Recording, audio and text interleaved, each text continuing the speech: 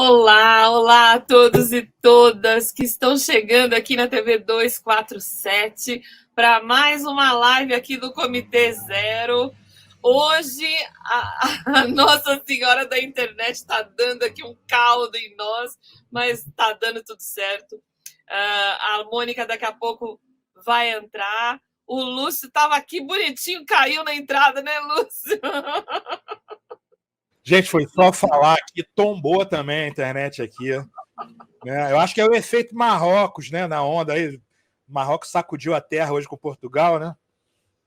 Eu acredito que sim. Então, olha, sejam todos muito bem-vindos e bem-vindas chegando aqui na live do Comitê Zero. Hoje, a nossa última live do ano. Então, vamos aí, vão chegando, vão compartilhando com os amigos, as amigas, chamando, colocando um like aqui na transmissão para que a gente possa propagar para o maior número de pessoas, né? Essa nossa 31ª live de reflexões importantíssimas que nós tivemos ao longo aí dos meses. E vamos continuar ano que vem propagando cada vez mais. Então, boas-vindas a todos. Vou ler daqui a pouquinho os comentários. Pedro, tudo bom com você? Como é que tá aí? Pronto para a live? Maravilha, uma felicidade estar aqui com vocês. A Mônica está chegando na nossa live, com problemas na internet. Lúcio, terceira vez que você está nos acompanhando. Valéria, público, chats, estamos nessa jornada. Vamos nessa. Vamos nessa. E olha, a Mônica conseguiu aumentar a internet dela, resolveu um monte de coisa e na hora de entrar tá dando esse problema. Então, vamos mandar boas energias aí para dar tudo certo.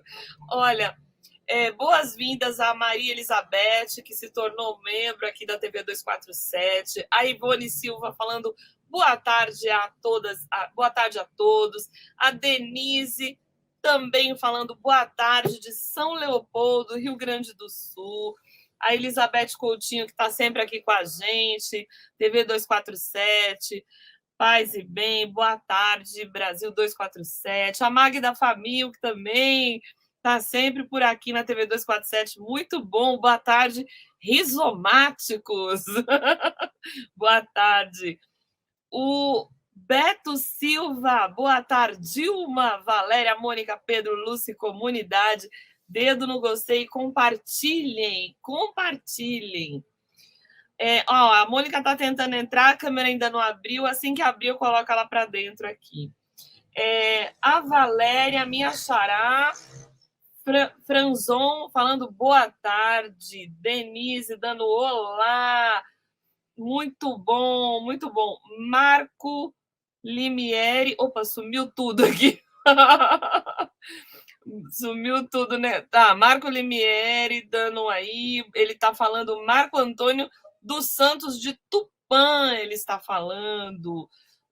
O José falando. Boa... Gente, eu não peguei meu óculos, daqui a pouco eu vou ter que pegar. Eu tô lendo sem óculos. José Lolito dando uma boa tarde. Roberta Ferrari Andrade falando boa tarde aqui do Vale das Videiras, em Petrópolis. Muito bom. Gessé Lessa falando olá. Hoje consigo ver ao vivo. Viva o Marrocos e os povos africanos. O Lúcio estava comentando isso, né, Lúcio?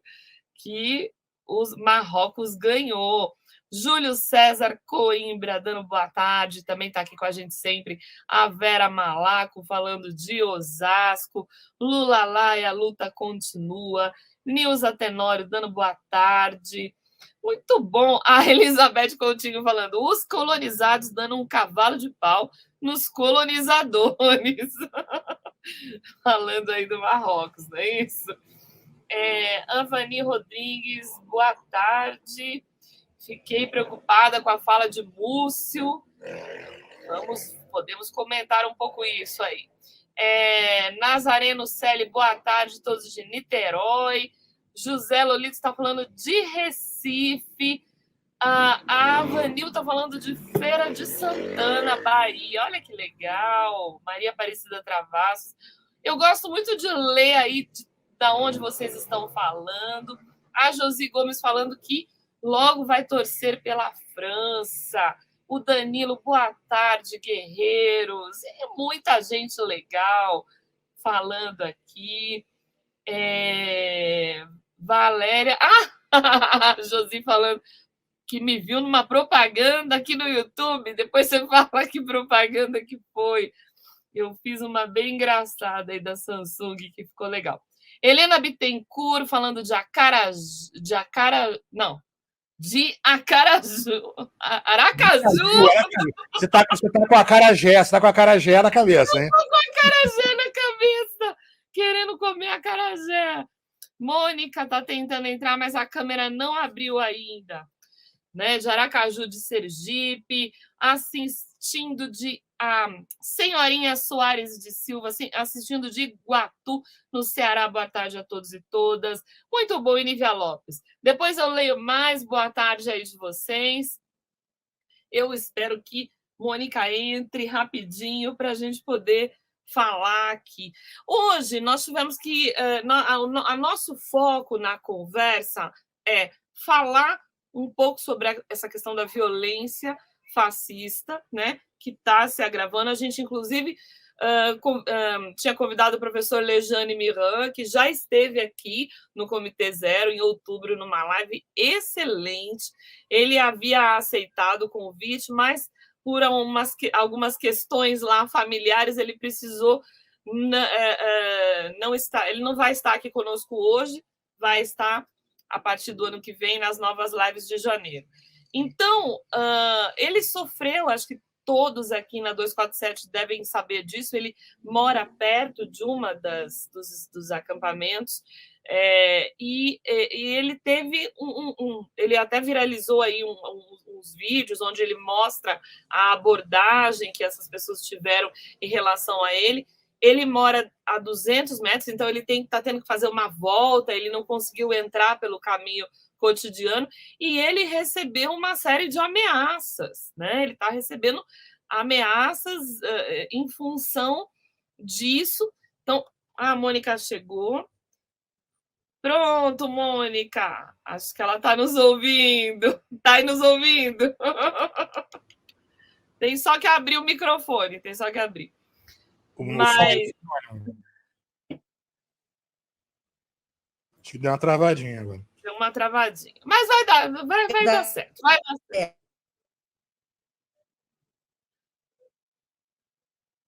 Você está nos ouvindo, né? Você está nos ouvindo. Estou ouvindo. Vamos levando, vamos ver como é que vai. Vai fazer o quê? Ele sofre ataque lá e eu ataque aqui. Porque só acontece na hora da live. Agora sim. É verdade. Ela já mudou a internet, já mudou um monte de coisa, só na hora da live que acontece isso. Ô, Mônica, me derrubaram também aqui antes de você entrar rapidinho, então não se sinta sozinha. Então... Não, trabalho o dia todo, o tempo todo, não vale problema nenhum. Então, Mônica, eu acho que eu vou fazer o seguinte, eu vou aproveitar que você está aí nos ouvindo e vou pedir para você começar falando, entendeu? Privilegiar aí a questão da internet. Pode ser? Fala um pouquinho aí sobre essa questão aí. Maravilhoso, maravilhoso. Eu acho que aqui no Revolução Molecular, né, nesse texto da micropolítica do fascismo, eu tenho cada vez encontrado mais coisas interessantes, né? Então, o que acontece? Na verdade, ele, quando está falando do fascismo, tem um momento que ele toca no nazismo, né? Então, ele faz uma comparação da personalidade do Hitler. E, ao mesmo tempo, ele fala do que nós já temos falado aqui há muito tempo, das subjetividades. Então, são vários componentes de subjetivação e de subjetividade que permitem esses formatos de poder, né, funcionarem. Então, a gente vai ter misturado com a questão do racismo. Eu acho também muito importante a gente considerar que o Brasil é o país agora, no mundo, que tem mais células nazis que proliferaram. Né? Inclusive, a pessoa que foi presa na Alemanha, um desses que estavam querendo invadir o Congresso da Alemanha, é uma pessoa que era residente de Santa Catarina e tem 2 empresas em Santa Catarina. Então, quer dizer, só que na Alemanha o nazismo é crime. Então, uma coisa que a pessoa vai falar que nós estamos conversando é que essa patologização dessas atrocidades, né, é uma coisa que desvia dos objetivos principais, porque, na verdade, nós temos um grupo pequeno que detém o poder e que, ao mesmo tempo, detém os meios de comunicação de massa, prolifera essas ideias, porque o crescimento não se deu à toa. E aqui nós não podemos esquecer o que eu já trouxe aqui várias vezes para vocês, a questão da gente ter um território evangélico neopentecostal. Porque essa questão toda do fascismo, do nazismo, das coisas conservadoras, tradicionais, aí justifica eles escolheram lá na Alemanha nazista os judeus. Depois dos judeus foram os negros, foram os esquerdistas e tal, foi indo por aí afora. Constrói-se. Então, quando você demoniza a raça negra, a religião negra, os indígenas, essas formas que nós trouxemos aqui nessas lives todas, né, Pedro? Nós trouxemos toda essa multiplicidade cultural que nós temos no Brasil. Então, nada está isolado. A gente tem que entender que é um conjunto. E o Guattari vai falar, né, que a gente tem que entender o que faz essa forma de poder funcionar. Então, por exemplo, a ideia do dedo, o garoto lá que assassinou não sei quantos na escola, o pai nazista, PM, tudo isso. Então, essa situação toda começa dentro de casa, da escola, dentro da igreja, na micropolítica. Implica, portanto, num questionamento radical dos movimentos de massa decididos centralizadamente e que funcionar indivíduos serializados.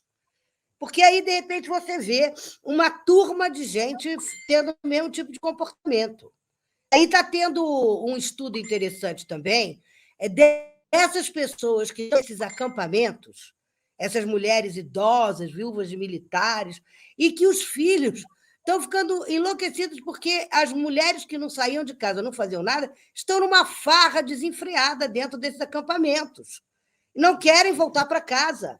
A vida delas mudou. É um negócio assim, inacreditável. O que se torna essencial é conectar uma multiplicidade de desejos moleculares, conexão esta que pode desembocar em efeitos bola de neve, em provas de força em grande escala. Ou seja, a gente concentra. Nós temos uma situação aqui no Brasil quase que meio a meio, né? Ninguém contava que Bolsonaro ia ter tanta gente votando nessas subjetividades arcaicas. Entende? Quando a gente está falando dessa história toda, o que eles querem? Uma teocracia, eles querem mais por quê? Porque tem um poderio econômico na mão de alguns que financiam essa mídia de massa, porque financiam a mídia de massa. Nós, a 247, esse tipo de mídia que questiona, é uma minoria, é um conjunto, são todos vetores de subjetivação. Então, é importantíssimo a gente pensar por que esse tipo de fascismo e nazismo leva à violência. Então, a gente não pode subestimar as coisas que estão acontecendo. Aqui também nós temos 60%, 62% de bolsonaristas, a situação ficou bastante violenta. O professor Legione passou por uma situação violenta com o neto de 5 anos no carro. Então, e aí se a gente patologiza ou psicologiza, diz que são loucos, não, são criminosos. É igual que o Eduardo Marinho fala, nós temos... Travou um pouquinho. Mônica? Concordo com a Mônica. Acho que ela deu uma travada aí. Deu uma travada. Tava falando bem. Olha, só ela falou do Eduardo Marinho. Para quem não assistiu, a gente fez live com o Eduardo Marinho na semana passada. Foi uma live excelente. Vale muito a pena assistir. E falamos justamente... Né, e também tivemos um convidado que foi o Renato Azevedo, e também falamos dessa questão. A proposta da live eram práticas revolucionárias, né? A gente usou esse termo justamente para poder discutir. Mas assim, então vou jogar a bola aqui para vocês. Quer dizer, para quem não viu, não acompanhou, a Mônica estava falando de uma ação da polícia alemã que prendeu cerca de 25 pessoas agora, ontem, né? Anteontem, que envolvidas com a possibilidade de um golpe, envolvidas com o Partido Nazista na Alemanha. E uma dessas pessoas que foi presa tem empresas no Brasil, vive parte do ano aqui no Brasil, em Santa Catarina. Então, a gente... E essa proliferação das células nazistas. Então, assim, a gente está falando de uma mudança de um perfil, né? Porque, por exemplo, pessoas como eu, acho que o Lúcio também, que temos mais experiência de vida, a gente crescia com aquela ideia de que o Brasil era um lugar pacífico, onde um caldeirão de pessoas de diferentes nacionalidades e cores viviam. Mas, na verdade, não é o berço do cidadão cordial. Não é o berço. O Brasil não é o berço do cidadão cordial. Não é. Não. E, na verdade, o cordial, né, também a própria ideia do cordial era uma ideia equivocada, né? A gente entendia equivocadamente, porque o cordial é do coração, que é passional, e não que é cortês, né? Uma outra abordagem. A Mônica voltou. Então, isso é muito complexo, né? Então, a gente está diante de um perfil de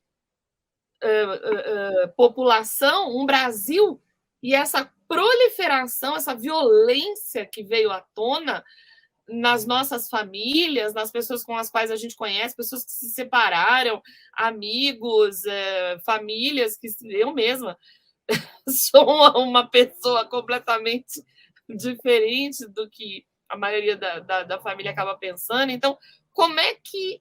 Isso é muito grave, né? Mônica, você terminou o que você ia falar? Posso passar? Você quer só concluir? Não, pode passar. Eu acho isso, justamente, só quero completar, que são os territórios existenciais que as pessoas investem afetivamente nesses modelos, como eu tinha falado com o professor, já falei várias vezes com o Pedro Paulo. Tem a ver com antifeminismo, tem a ver com misoginia, tem a ver com racismo, tem a ver com tudo. Aí é quase como se fosse assim, desemboca no movimento fascista, porque é um processo, e nazista. Então, nós estamos com os dois movimentos juntos. Isso é inacreditável num país negro. Agora, ele fala certas características do Hitler aqui que combinam muito bem com as características do Bolsonaro.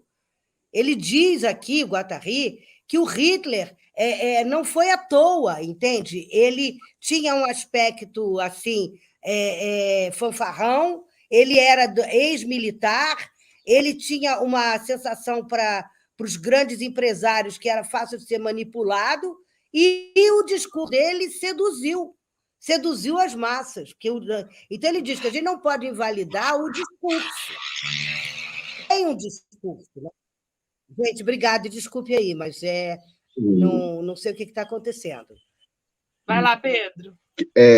Uma questão interessante eu queria trazer, provocativa, nós estamos diante de um processo de continuidade de uma violência que é praticamente genética, ontológica na formação do Brasil. Nós estamos diante de um fenômeno que ficou explicitado nesse momento, saiu de uma opacidade, né, de uma invisibilidade, assim, para quem estava de fora, não sentia na violência o corpo, como se fosse um acontecimento que é um fruto, né? O fruto, né? Um fruto do fascismo. A questão é, há uma continuidade do processo. Nós estamos agora numa continuidade ou estamos numa ruptura?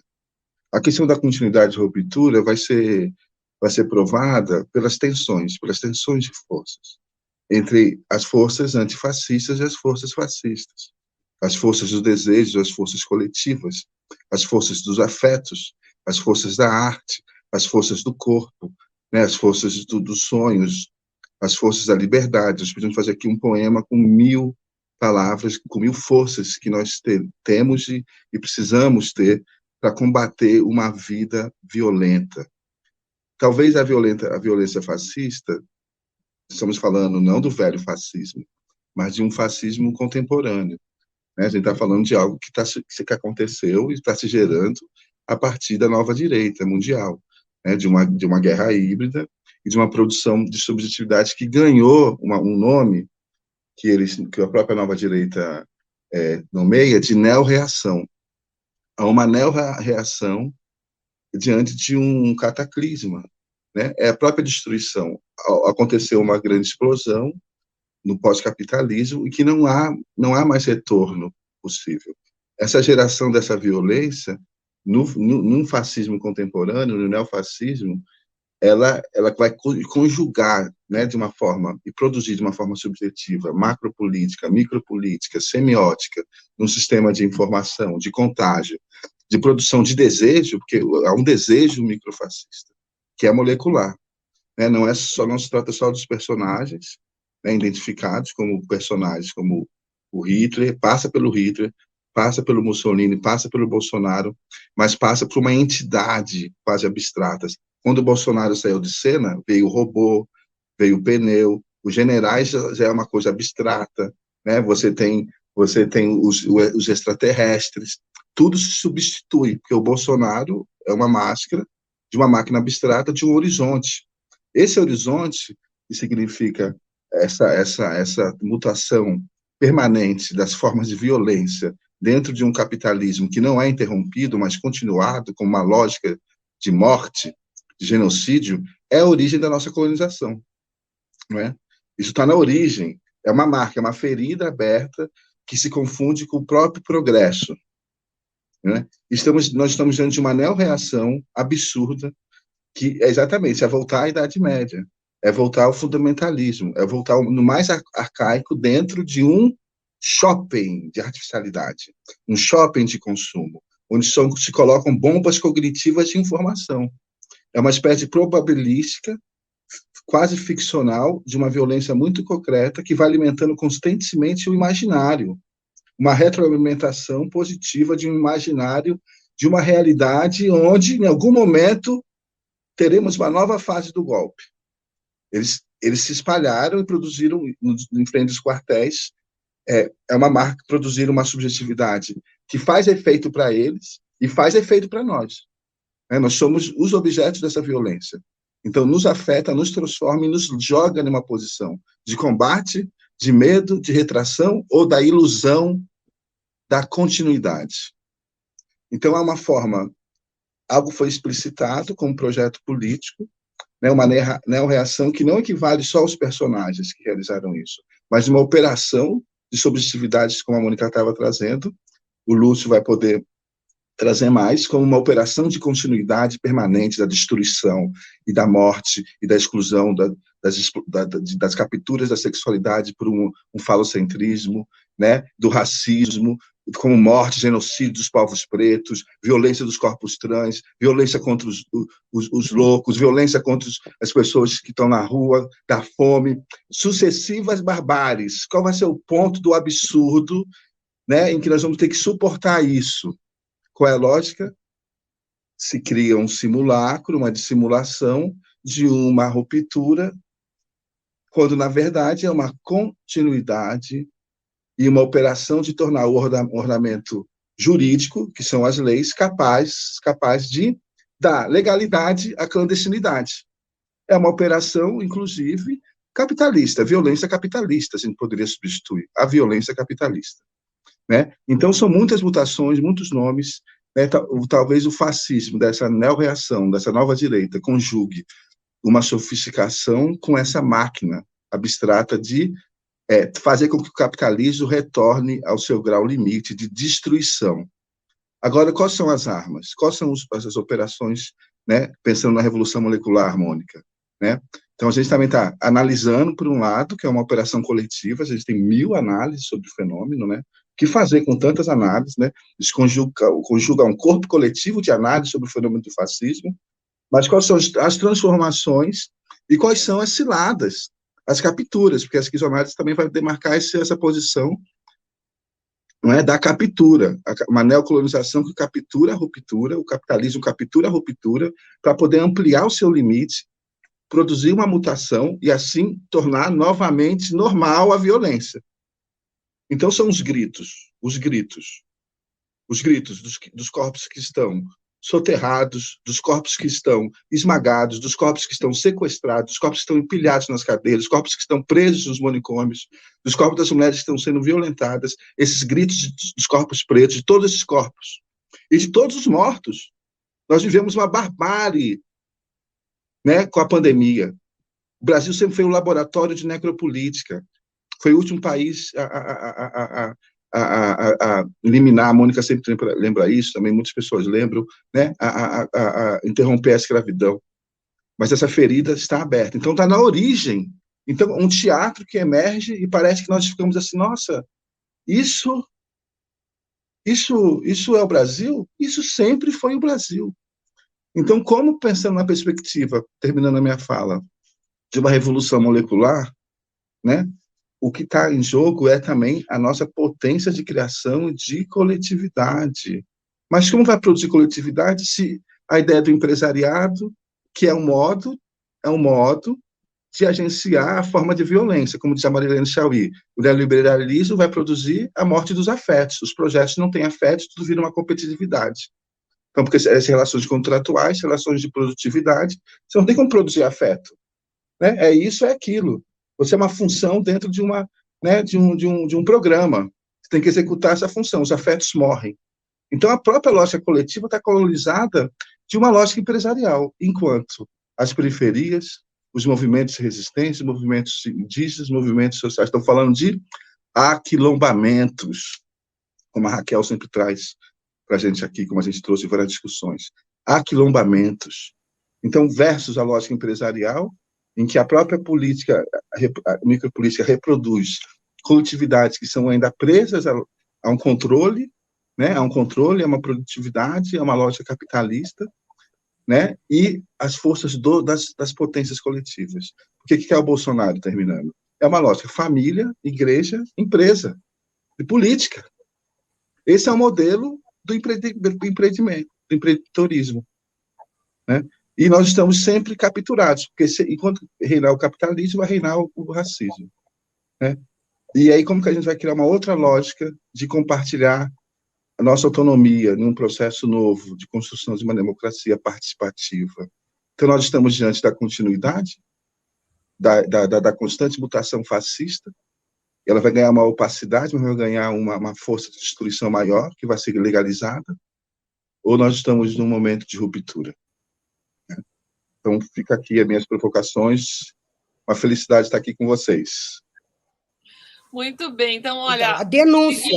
Eu acho que é muito importante isso que o professor Lejano está fazendo. É a denúncia. E é exatamente, justamente através das denúncias, e você falou muito bem, porque o Guattari chama permanência do fascismo. Então, ele vai dizer, sob o pretexto de que o papel do indivíduo na história seria desprezível, nos aconselham a ficar braços cruzados diante das gesticulações histéricas ou as manipulações paranoicas dos tiranos locais e dos burocratas de toda espécie. Engraçado, né? Parece nem que foi escrito isso na década de 60 na França. Exatamente. Deixa eu só dar uma lida em alguns comentários, vou passar para o Lúcio. Obrigada, o Vicente. que mandou aqui um superchat. Estou escutando e vendo, Valéria, Pedro, Mônica, Lejane. O Lejane não pôde estar aqui hoje. E o Lúcio, Portal do Fio do Tempo. Lembrando que o Lúcio tem o canal dele no YouTube, Portal Fio do Tempo. Então vão lá se inscrever. Se inscrevam também no Comitê Zero e se inscrevam também no Revelando Shakespeare. Falta a Mônica ter um canal, né, Mônica? A gente está falando. Teremos estes encontros no último fim de semana de janeiro, hein? Tá? Já estou convidando, hein? Então, já tem alguma coisa? Algum... Vamos ter no último fim de semana do mês um encontro híbrido, né, professor Lúcio? Híbrido. Então vai ser aonde? Vai ser aonde? Aonde que o pessoal pode procurar esses 15 encontros? Onde vai ser? Vou colocar no Espaço Cultural e nas redes sociais essa semana. Eu vou botar a data. Acho que é 24 ou 25 de janeiro. Então, o pessoal entrando no Facebook do Espaço Guattari ou no Instagram, não é isso? E procurando a Mônica, que ela vai postar. Qualquer coisa, você me manda a Mônica, eu posto no meu também. Olha, queria só... Eu peguei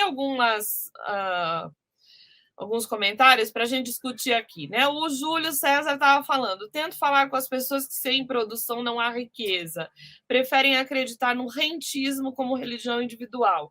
Enquanto isso, seguimos cansados e endividados. Então, queria pegar esse ponto da questão dessa sociedade completamente focada no individualismo e no neoliberalismo, né? Aí a Marli Pamplona comentou: esses manifestantes estão se sentindo importantes e livres para protestarem. Talvez na rua esteja mais confortável do que no próprio lar. Vocês já falaram isso aqui, mas vamos pegar esse gancho, quer dizer, a frustração dessa vida cotidiana, né? O João Tracher está falando: tudo isso aconteceu porque a elite não quer ver o pobre com o mínimo de dignidade. Então, temos aí um histórico de um país que viveu e ainda vive sob a égide da exploração máxima, né? A escravidão moderna, quer dizer, a falta de direitos totais, a submissão do trabalho sem parar, entendeu? Sem nenhum tipo de questionamento. E uma outra coisa que não tem nada a ver, mas, moça política, tem umas 100 pessoas assistindo que ainda não curtiram. Então, bota essas 100 pessoas aí que não curtiram para curtir aqui o programa, colocar o dedo no gostei para a gente poder falar. E depois, quando a Mônica voltar, também a gente comenta, porque vocês... o Pedro falou da potência do corpo, né? E a Mônica falou desses territórios existenciais. Então, quer dizer, eu queria juntar tudo isso para a gente falar um pouco, aí jogo a bola para o Lúcio, que ainda não comentou, depois para o Pedro. A gente está num caldeirão aí, né? Tem alguns ingredientes, que é o ingrediente do neoliberalismo, o ingrediente de um histórico de exploração, de escravidão, de uma elite que quer se manter nesse lugar e, para isso, ela tem que subjugar a precarização dos direitos e a condenação aí desses corpos e a repressão que está vinculada também, nesse momento, a reavivar dessa visão conservadora de mundo, absolutamente arcaica, que não cabe no século XXI, né? Então, é um caldeirão de coisas. Então, eu queria jogar para você, Lúcio, para você comentar um pouco sobre isso e também sobre o que você achar pertinente. Vai lá. Tá. Então, pessoal, eu não vou tomar muito tempo, vou tentar ser bem pontual para tentar fazer aqui um link com um episódio que rolou com o professor Lejane e com uma questão que eu estava conversando um pouco mais cedo com Mônica, que é um receio, né? Na verdade é uma constatação, mas que está colado com um certo receio que eu tenho e que tem a ver com esse acontecimento lá que o professor Lejane e a família dele vivenciaram lá. É o seguinte, né? A gente está vivendo um momento muito complicado, né? Eu tive anteontem, eu tive na verdade não foi nem uma conferência, foi uma grande roda de conversa, né? Eu tive o prazer, a alegria de estar lá assistindo e ouvindo o Pepe Escobar, o Guilherme Estrela, Petrobras, o Roberto Amaral, entre outras pessoas, estavam lá juntos, foi muito legal. E foi muito falado, com uma ênfase, essa questão de, em diversos locais do mundo, né, esse florescimento, eu vou usar uma palavra bem suave aqui, né, dessa extrema-direita. Eu não gosto muito de usar o bolsonarismo aqui, não, mas, enfim, dessa extrema-direita e tal, um fenômeno. Né, tem uma leitura na linha do tempo histórica disso e tal, possível, com certeza, mas foi bem marcado isso. E aí, falando nessa questão que já foi tocada por vocês hoje, dessa notícia, que inclusive chegou para mim, né, desse nome do cara, não vem ao caso, que foi preso, né, esteve aqui no Brasil, na Alemanha, é suspeito de integrar um grupo extremista. Esse cara foi identificado como um Reichsbürger, cidadão do Reich, que nega a existência da República Federal da Alemanha como Estado e seu sistema legal. Veja só que essas células, que existem diversas, né, aqui no Brasil, não são poucas, não, existem muitas. E fora do olhar dessa indexação da internet, onde tem fóruns de encontro, locais de encontro, o pessoal chama de Deep Web, tem muitos, isso pipoca muito. Né? Então a gente está vivendo um momento muito complicado, que agora, passando para o episódio do professor Alexandre, né, é compreensível ele ter ficado bastante assustado, mas eu acho que tem que se destacar duas coisas ali que aconteceram, que pelo menos nas duas vezes que eu vi o vídeo, eu acho que isso deve ficar registrado. Que é o seguinte, a fala dele, né, se eu não me engano, da esposa dele em algum momento, já no final daquela abordagem, daquele bloqueio, né, de ir para casa, marca uma coisa que é muito importante, que eu penso que a gente deve estar atento nesse momento que a gente está vivendo, que é o seguinte, né, a fala e a postura da ação, né, de alguém que está procurando uma verdade de uma situação, tá? Eu não estou usando aqui verdade no sentido absoluto, cabal, não, mas, ou seja, o tempo todo que ele esteve lá tentando ir para casa, né, chegar em casa com o seu carro e tal, a questão era, está fechado o caminho.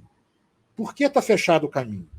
E aí, aquela galera que estava lá, né, começa, eu vou usar aqui uma palavra que é usada na origem da democracia, que define as nossas regras de convivência.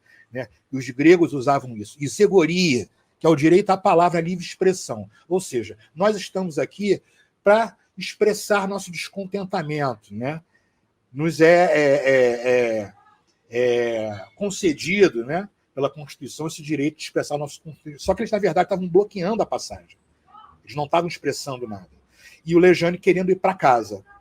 E ele fala, mas eu moro logo aqui, vocês estão fechando a passagem.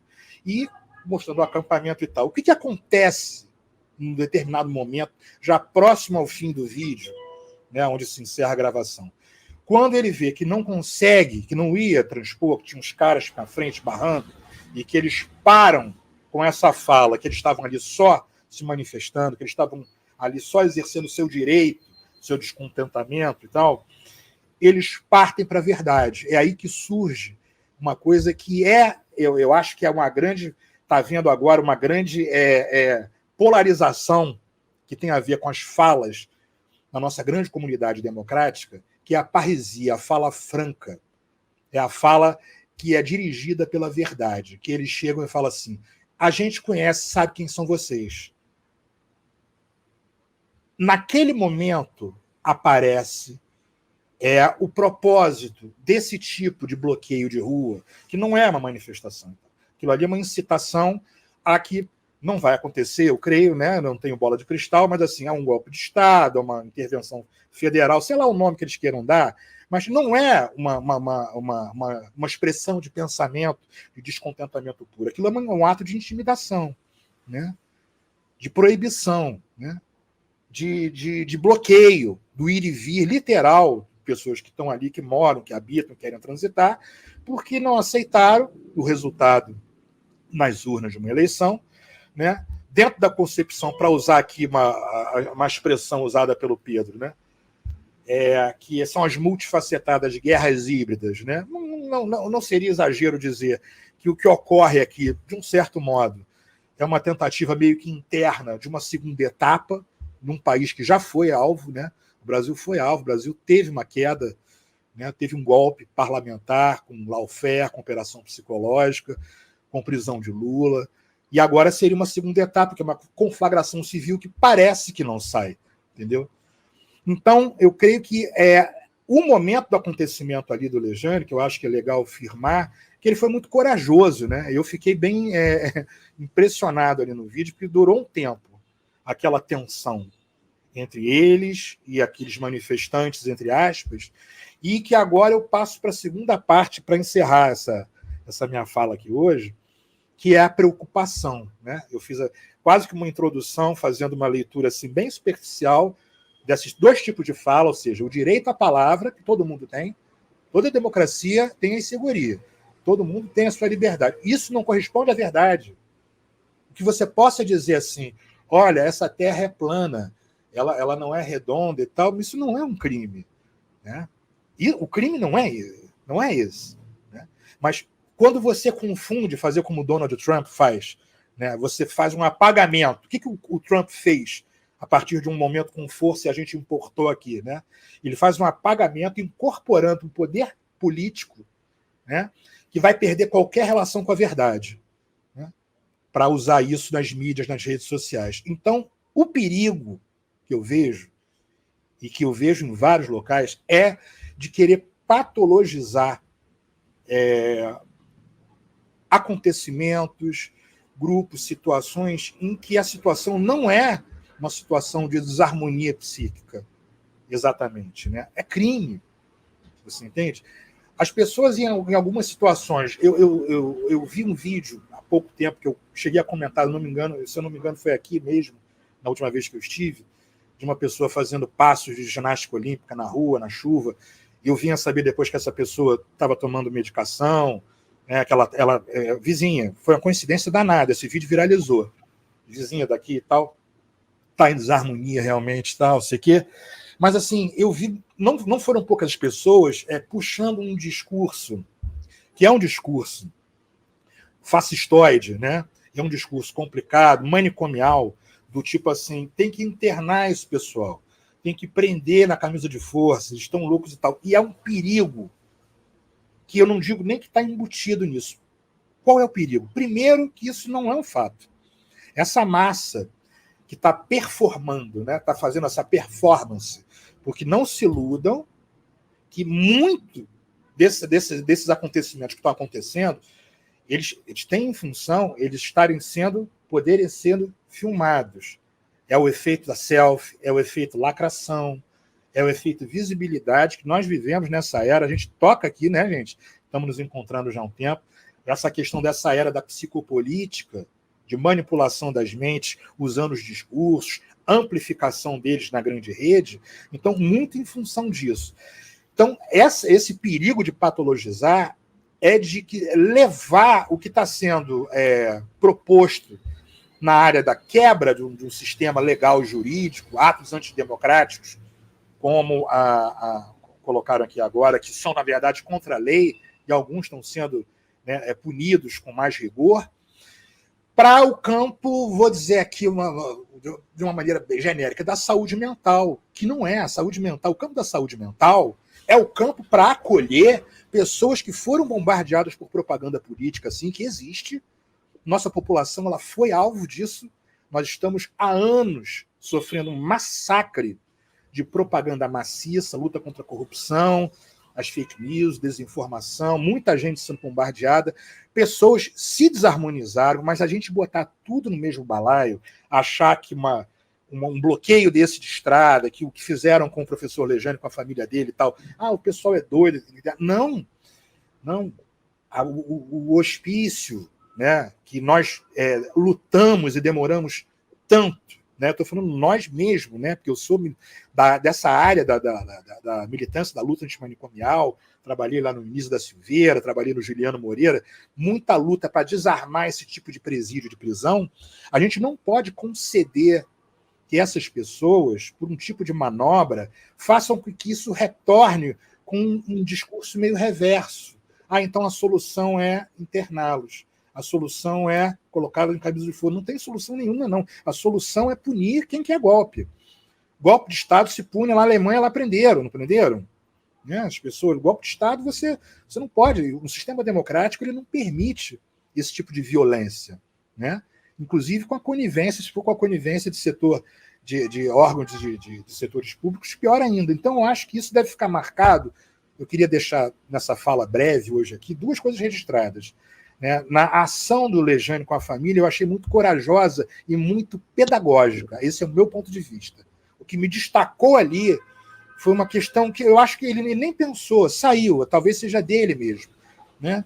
E eles foram muito pedagógicos. Eles conduziram a fala, a ação deles, de modo a que a verdade viesse. Não, olha só, isso não é uma manifestação, a gente sabe quem é vocês, a gente vai atrás de vocês. Ou seja, é uma perseguição, né? É uma intimidação, entende? Tem uma questão coercitiva ali, da violência, ali naquele ato de barrar o ir e vir, de não deixar você passar para ir para casa. Ao mesmo ponto, isso não é loucura. A loucura não pode, a loucura já é estigmatizada, ela não pode, não deve ser usada nesse momento, digamos assim, para justificar o que está acontecendo. Não pode. A gente deve saber separar isso. Ainda mais que agora, para finalizar, nós reelegemos, né, o presidente Lula está vindo aí com uma coligação que foi necessária para derrotar esse campo. E, olha, foi apertado, foi 1,8%. Foi suado, foi muito suado. Eu arrisco dizer que no momento, seria a única possibilidade de derrotar essa turma seria o que aconteceu, seria Lula. Então, é um campo que entrará novamente, né, um campo de atuação política, que sempre valorizou muito a saúde mental. Então, acho que a gente tem que fazer uma aposta também agora de que possa ser reconstruído, nesse sentido, o que também ficou como terra arrasada, né? Que o campo da saúde mental também foi bombardeado durante esse tempo todo. Nós estamos, esse final de governo, vendo essas ruínas aparecendo, né, que a gente possa fazer uma reconstrução sem a pressa de querer remediar com esses preconceitos. Né? Interno, dá remédio, prende, é louco. Outro dia, só para fechar, teve um ex-deputado, isso está gravado aí na internet e tal, se referindo a um dos filhos do Bolsonaro, que ele andava com uma arma, escopeta, sei lá, em casa, de colete, e que ele seria esquizofrênico por isso e tal. Isso não é esquizofrenia, isso está errado. Não, isso é outra coisa. Você andar armado dessa maneira em casa, assim, no sentido de você poder ser uma ameaça a outro, o nome é outro. Isso diz respeito ao Código Penal, ao Código de Processo Penal, não diz respeito à área da saúde. A gente não pode ter a tentação de fazer esse tipo de confusão. Sabe? Isso é um flerte muito perigoso. Então, eu queria só deixar registrado isso, entendeu? Os normais são mais loucos que os loucos. Né? Os normais são mais loucos que um louco. Eu queria fazer, emendando aqui, muito importante você falar sobre essa questão de como certa esquerda responde ao fenômeno, né? Criando essa sintomatização, né? Transformando o fascismo em um problema de doença mental. Isso é muito importante tocar nesse ponto, porque nós vamos ter uma série de reproduções, né? A destruição do fascismo e a percepção dessa violência, os modos dessa violência, ela é inseparável de uma desconstrução, né, da reprodução que o próprio fascismo nos impõe. Então, por isso a questão muito importante é que a Revolução Molecular, o pensamento de Deleuze e Guattari tratam o antiético por uma vida não fascista, né, que o fascismo reproduz não só em termos de Estado, em termos de líder, de uma liderança fascista, mas de forma molecular. Ele se reproduz pela subjetividade. Então, há um fascismo que atua de forma a produzir as violências de maneiras mais sinistras, mais invisíveis até, né? Então, há um ponto que nós temos que ver a questão do fenômeno do fascismo não só como um olhar nosso em relação àquele fenômeno, mas como um contágio geral, né? O fascismo, ele sempre existiu, né? Essa nomeação, ela pode ser até problemática em muitos aspectos, né? Porque a gente está falando da violência colonial, da violência do capitalismo, né? Dessas mutações das formas de violência, como elas se transformam, se tornam opacas, né? Elas se tornam quase invisíveis ou explícitas. Explícitas para quê? Para poder dizer, olha, cuidado, você é o inimigo. Né? Quem é o inimigo? Né? Então, essa é uma questão muito importante, né? E como nós reproduzimos o dispositivo dessa violência e como o próprio fascismo nos coloniza e nos lança a uma posição também de limite, né? Isso é um ponto da desconstrução. Né? Então, você tem uma série de reproduções no campo da esquerda, de análises que voltam também para uma relação mimética, para uma relação mais pop, né, que acaba virando a própria crítica, vira o consumo. Né? Então, o capitalismo é tão sinistro, o fascismo é tão sinistro, que a crítica ao fascismo se transforma também na própria vitamina, né? Porque ele vai usar isso para incendiar. Então, eles fazem ações que eles já sabem as reações. Né? E aí eles reagem à nossa reação, e assim infinitamente. Então, nós estamos capturados, nós somos partes integrantes do processo. É uma intersubjetividade, né? Inclusive como se transforma num novo lugar de poder. A gente está falando de capitalismo, né? De uma violência do capitalismo que reproduz todo tipo de violência contra a mulher, né? As hierarquias, contra o racismo, tudo isso que a gente tem falado aqui, né? Sobre outras formas de sexualidade. Então, tem uma zona cinza, né, que o próprio capitalismo absorve isso, né? Então, quer dizer, eles vão falar a mesma coisa, que tem até estudos, né, que vai misturar como se fosse o cérebro de uma pessoa de esquerda teria um determinado tipo de funcionamento, né? Então, eles reproduzem do mesmo lado. Então, é uma espécie de antropofagia também, né? Eles usufruem, né? Eles vão devorando táticas e lançando as táticas de protesto contra nós mesmos, né? Ao ponto que vai minar toda a nossa reação. Então, se a situação ficar mais violenta, né? Que é uma violência de simultaneidade. A história que a gente está falando aqui do professor é uma história que ganhou, né? Visibilidade, mas a questão é que eles usam isso, produzem isso de maneira simultânea. Então, é uma série de eventos acontecendo simultaneamente, não é? Diga. Queria só colocar. Diga. Posso fazer só um parênteses aqui? Por favor, depois queria colocar só em relação à verdade, que eu acho uma questão importante. Diga. Bem rápido, que você falou para não perder esse gancho. No episódio, que eu tinha esquecido de fazer um adendo, eu comentei isso com a Mônica. Veja só, isso é uma leitura minha, mas assim, eu creio que outras pessoas podem perfeitamente vislumbrar isso que eu vou dizer agora. Naquele momento final do vídeo do Legendre, que aquele acontecimento ali, ele mostra muita coisa, né? Ele mostra aquela questão falaciosa do que seria a motivação deles, e no final, olha, estamos aqui, a gente sabe quem são vocês. Tá entendendo? Aquela coisa toda. Que eu acho que nós já importamos isso, né? Como colônia cultural, a ideia do matador, essa ideia do serial killer, essa ideia do atirador, a gente já importou isso.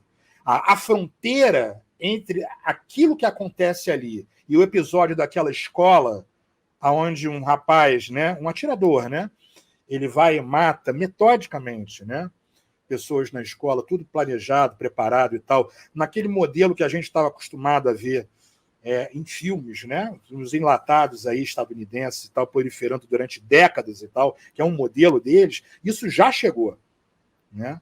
E nesse fenômeno de amplificação do discurso na rede, né, isso chega de uma maneira muito mais intensa e muito mais forte. Eu acho que isso aí vai ser um outro trabalho que nós teremos muito... E um elemento da verdade que já é uma ficção. Uma ficção. Até quero aproveitar que a Mônica retornou, se ela voltou à internet dela, depois eu posso falar. Né? Mas Mônica? o que eu estou dizendo é que não tem volta. Não tem volta e vai exigir da gente uma reação também de ruptura, né? Porque o que querem as pessoas que estão se sentindo totalmente oprimidas, né? As pessoas que não têm saneamento básico, estão passando fome, né? Mônica, tá nos ouvindo aí? Tá nos ouvindo? Quer dar uma palavrinha? Estou ouvindo, tá? E ligando de novo, a internet. Entende? Eu acho que tem a ver. Vocês estão me ouvindo? Sim, estamos ouvindo. Tem uma pergunta. Tem, o Ricardo colocou. Olha, Você. Ele colocou, você não acha que esse processo todo não foi uma espécie de gatilho para os traços da perversão e desvios psíquicos afim? Olha só, ele está justamente questionando, né? Porque, por um lado, tem uma garantia, uma certeza que já é padrão no Brasil, que é a impunidade, entende? Agora, essas perversões, essas práticas sadomasoquistas, que a gente não pode deixar de falar nisso, porque quando você imagina, por exemplo, uma câmara de gás, tudo que foi feito nos campos de concentração.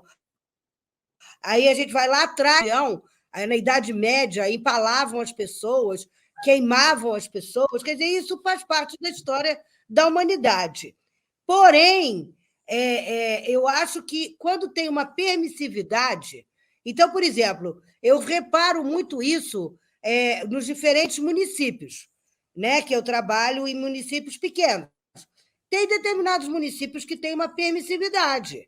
E aí você vê uma quantidade grande de pedofilia, tem já outros municípios que você já vê feminicídio, e principalmente a questão da impunidade, porque se a gente pensar que a sociedade ela tem mecanismos e até prisões, né, como Foucault mesmo falou muito bem, que poderiam reprimir determinados impulsos e determinadas práticas. Porém, se aquilo ali, o representante maior da nação, que não deixa de ser um líder, como eu já falei numa outra tradução que eu fiz do Revolução Molecular, que não tem aqui para o português, o líder não representa só a presidência, ele representa valores, ele representa religião, esse é que é o problema todo da esquizoanálise e da psicanálise das outras linhas, a questão da representação. Então, nós temos representantes, o nome já está até dizendo, né? Representantes que concordam e são permissivos com esse tipo de prática. Né? E a gente tem isso com relação às populações pretas, com relação às mulheres, que é quase como se a gente elegesse um grupo que pode morrer. Né? Então, quando a gente fala da Inquisição, eu acho que são muitos momentos da humanidade que a gente viu isso acontecer. O que eu acho que é escabroso, digamos assim, é absurdo. 2022, nós estamos vendo isso acontecer. Agora, vamos acompanhar o que vai acontecer na Alemanha, porque já que prenderam 26 ou 27 pessoas, né? Vamos ver o Capitólio também teve um problema grande lá. Agora, se aqui no Brasil continuar com a questão da impunidade, isso favorece que essas práticas perversas, horríveis, que não deveriam acontecer, aconteçam. Agora, a gente tem que fazer um estudo profundo, entender por que nas guerras as pessoas estupram, as pessoas matam. Isso tudo aí a gente tem lá no sadomasoquismo, para entender sadomasoquismo, que faz parte, né? Isso faz parte do ser humano. Por isso que a sociedade tem determinadas estruturas que reprimem. Agora, se isso não está acontecendo aqui, está sendo incentivado, é claro que vai aparecer mais. Com certeza. Que é uma repetição, né, Mônica? Uma repetição pelo poder, uma repetição orgânica. Então, eu tenho prazer. O torturador, além de receber o comando, de ter que torturar para obter informação, para não obter informação nenhuma, porque ele tortura não para escutar, mas para a pessoa ficar sentindo dor o tempo todo e nem conseguir responder nada, é um prazer na repetição, né? E esse prazer ele pode ser como uma representação, um comando, mas pode ser como um gozo, né? Então, é uma espécie de descarga, né? E isso faz com que eu não possa nem observar aquilo que eu estou fazendo, é uma defesa, né? Então, eu tenho um prazer orgânico de exercer o poder e a violência. E assim eu ganho mais, né? Assim eu consigo, né, ter mais cargo, ganho poder. Como quebrar esse prazer também, né? Porque daí a consciência cai numa má consciência, né? Então eu vou ter prazer em exercer, torturar o outro. Eu queria fazer alguns comentários, ler aqui alguns comentários e falar sobre isso, essa coisa do sadomasoquismo que a Mônica falou, né? Quer dizer, que permeia a nossa sociedade, né? Quer dizer, e aí a gente junta aí alguns elementos, que é uma sociedade extremamente repressora, né? Nas suas posições individuais. A gente acha que a nossa sociedade tinha a visão de que o Brasil era um país mais aberto numa série de questões, mas não é. A média das pessoas vive sob repressão, em algum nível, né? E agora a repressão dos costumes, né? Quer dizer, você tem essa coisa da religião, do conservadorismo, como uma visão idealista, né, de mundo, né? Então, essa necessidade de...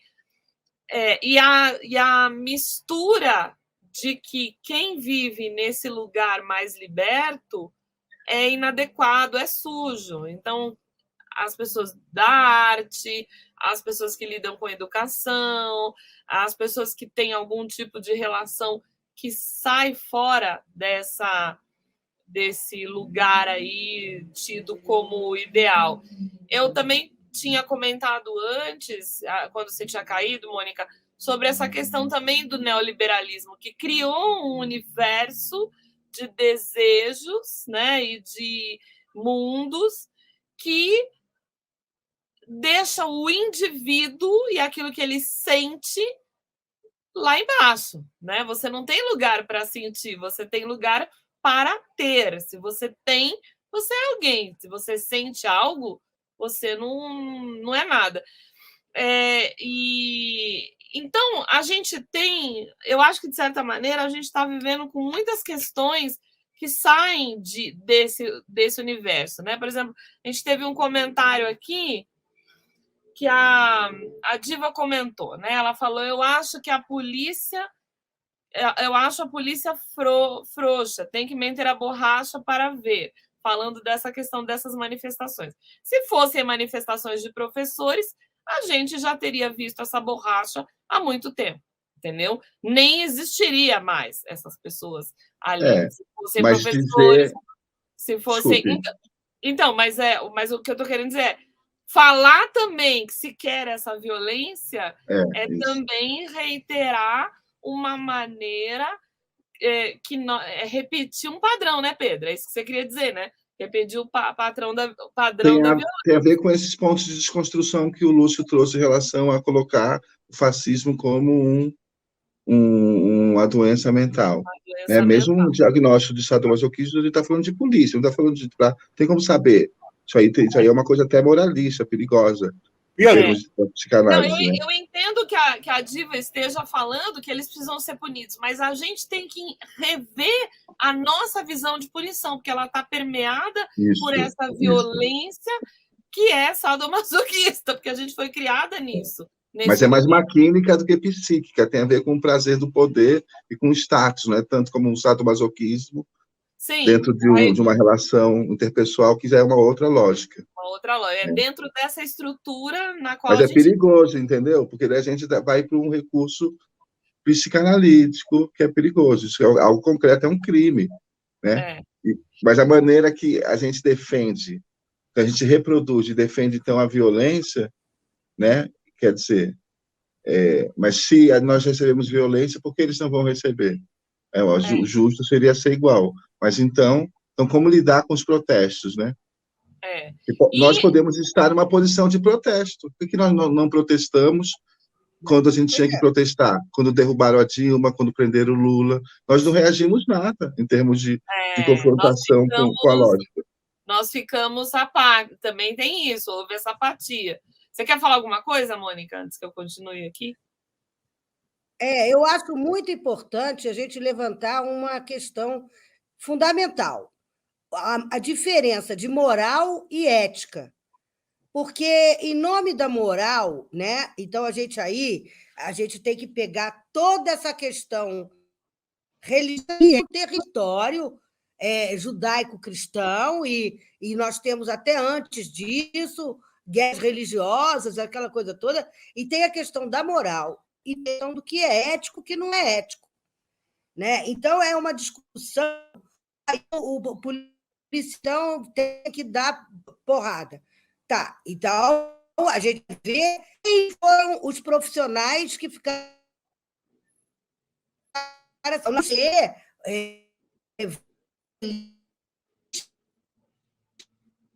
Ai, tá travando. Ai, que pena. Vai, Mônica. Cúmplice, né? Então, como teve esses guarda-ordem. Vai lá, Mônica, vai lá. A Cecília Coimbra, falando dos anjos da ordem, ela fala, né, dos médicos, psicanalistas.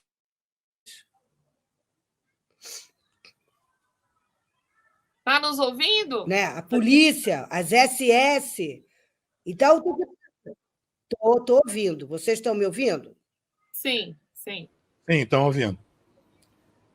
Porque quando a gente está falando dessa questão da polícia, por exemplo, todos os SS eram policiais e militares nazistas. Entende? Então, eles tinham o direito e a obrigação e o dever de fazer aquilo ali. Então, a questão é muito mais profunda, entende? Nós temos que... Inclusive, tem um livro que eu li maravilhoso sobre essa Segunda Guerra Mundial. Vira para o pai e pergunta para o pai: ô pai, o fulaninho, que era colega de escola dele, sempre foi meu amigo, a família dele sempre foi nossa amiga. Por que agora eles têm que morrer? Porque era uma família judia. E o pai não soube o que dizer. Entende? Porque eles tinham que entregar aquelas pessoas que eram amigas, que realmente, de uma hora para outra, se transformaram em pessoas que mereciam morrer, porque eram judeus. Né? Então, quer dizer, aquela história que já teve aqui no Brasil agora, já teve esse negócio de marcar a porta para dizer que votou em Lula. Olha que reprodução, olha que repetição, olha que cópia. Então, a gente tem que ver essas compulsões à repetição também, são muito sérias, entende? Até que ponto a gente não está vivendo um momento de muita tensão. Eu concordo com o Pedro, é um momento de tensão, mas que nós temos que escolher de que lado que a gente vai estar. Porque tem um lado que tá aí. O mais absurdo que não tem como controlar. Até que ponto a gente vai aceitar uma pessoa como... Não, eu acho que tem que denunciar, sim. Sim. Gente, nós temos um presidente eleito. O que eu estou dizendo que então, foi instalado isso significa que as coisas, as providências... O que eu estou dizendo que vai vir, a punição tem que vir, tem que ter uma reação. Aliás, se estendeu muito, deixou a corda se alongar, né? Demorou muito essa reação. Essa reação tem consequências também, ela pode ser modelada dentro de certo limite para criar uma certa contradição, depois contra as forças também de ruptura do campo progressista, né? Então, a punição ela é feita também dentro de certa articulação, né? Controlada. E essa contenção tem que acontecer, né? Mas a questão é, há algo de incontrolável. Há algo de incontrolável, porque é múltiplo, difuso, e vai acontecendo o tempo todo. Tem a ver com as comunicações, com as redes sociais. Então, vai se levar tudo isso, esses paradoxos, né? O paradoxo é duas direções ao mesmo tempo, né? Duas coisas ao mesmo tempo. Há um movimento, né, de quebra do fascismo, mas há também um movimento de crescimento. A questão é que eu acredito, não tem como controlar. É como se a barreira quebrasse. Nesse ponto, eu não sei qual é a opinião de vocês. Eu não considero nada incontrolável. Eu acho que a questão é a sociedade usar os instrumentos disponíveis, a PI do MEC, a prisão, o judiciário. Nós temos mecanismos e instrumentos na sociedade para reprimir, sim, não é incontrolável. Entende? É incontrolável se não fizer nada. Entende? Eu acho que a nossa sociedade não é Afeganistão ainda, onde o Talibã está no poder. Entende? Não, Quem no ganhou sentido... a eleição é de esquerda. Então, a esquerda cuida dos oprimidos. Então, a esquerda tem que ser cobrada para fazer o que ela se pretende fazer, porque essa é a diferença clara de direita e esquerda. Então, existe mecanismo, sim, para acionar. Não, eu acredito que exista, mas acho que há uma espécie de transbordamento e difusão tal que que a coisa acontece em espaços, né, simultâneos, há uma produção de subjetividade, tem que ter esse controle, tem que ter essa contenção. Mas, ao mesmo tempo, há algo de difuso, que é difícil de controlar, né? Nesse sentido que eu estou dizendo, mas concordo com você também, Mônica. Gente, Tem o que reagir. Nordeste está em festa. O Nordeste está em festa. Isso que está acontecendo aqui, geopoliticamente falando, professor Lúcio, se não se importar de falar um pouquinho, geopoliticamente, em termos de Brasil, nós temos pelo menos alguns Brasis. Eu sei que eu tenho contato direto com o povo do Nordeste, nada disso está acontecendo lá. Nada disso. Agora, a ministra da Cultura foi a Mariana, do Cinema, das Artes. Então, eu acho que tem diferença. Agora, a região nossa aqui, fascista e nazista, está se manifestando. E evangélica, hein? Não vamos esquecer o Rio de Janeiro com essa coisa miliciana e neopentecostal. Porque essa é que é a diferença do nosso território. Além de todos os problemas, a gente ainda tem influência religiosa, principalmente nos meios de comunicação de massa, essas televisões abertas livres para pregar os horrores. Deixa eu passar a palavra para o Lúcio. Aí a Renata Meira, ela mandou um superchat aqui. Ela comentou: gostaria de ouvir vocês sobre o papel da escravatura nessa situação contemporânea. Na verdade, a gente já começou, a gente já falou disso hoje, né? E a gente tem falado muito, Renata, ao longo das nossas lives sobre essa estrutura na qual a gente vive, na qual todas as nossas relações são permeadas por exploração máxima. Eu tiro o máximo do outro, entende? E deixo o outro sem nada, entendeu? Então, isso está permeado em todas as nossas relações, né? A começar, por exemplo, pega a relação com as empregadas domésticas. Na nossa, isso daí, aí você vê, a gente tem que realmente fazer um meia-culpa e olhar para si próprio e ver qual é a sua relação com quem limpa a sua casa. É muito difícil. É uma relação que, na maioria das vezes, é de exploração. Entende? Então, vou passar para o Lúcio, depois eu coloco alguns outros comentários aqui. Vai lá, Lúcio. Então, gente, os comentários tem tanto comentário bom aqui. Eu separei só uma sequência e não vou tomar muito tempo, não. Mas veja só, é só uma semente para reflexão, tá? É o Jorge Amado e a Moça Política. Eles começaram uma troca aqui que eu achei legal, que tem a ver com o que a gente está falando hoje. O Jorge Amado, em determinado momento, ele coloca assim, escrito, que a melhor forma de praticar empatia, diz ele, né, é através das leituras de ficção, ela cria esse pensar, a internet desconstrói a empatia em nós. E aí, Moça Política responde a ele, dizendo que não entendeu o argumento, né, e que a rede facilita o acesso dela a mais obras de arte, inclusive ficção. Por que a conclusão dele seria na queda da empatia? E ele finaliza recomendando um livro de neurociência para explicar melhor o cérebro no mundo digital. Ele cita até a autora, eu acho que é a autora Marianne de Wolff. Marianne de Wolff. E aí, por que eu destaquei isso aqui? Só para fechar, é uma semente, tá, gente, aqui. Até porque eu estudo isso também por outra via, a gente fala nisso também. Sem entrar na questão da empatia, mas eu acho tudo isso que a gente está falando, esse grande caldeirão onde encontramos a violência florescendo de um outro modo, né, com muita força, nesse caldeirão tem uma questão aí que passa por uma mudança radical. Eu não estou me referindo às gerações que já nasceram aqui assim, ó, né? Quem tem filhotes e filhotas com seus 19, 18 anos, a galera já nasceu geração smartphone de toque, da mão na cara. Estou falando até a galera um pouco antes também. A gente está vivenciando uma era que mudou a relação com algo que é fundamental para todos nós, que é a linguagem. As linguagens. Mudou por quê? Porque, olha só, cinema, rádio, TV, internet altamente veloz, inteligência artificial, tudo isso que a gente vê.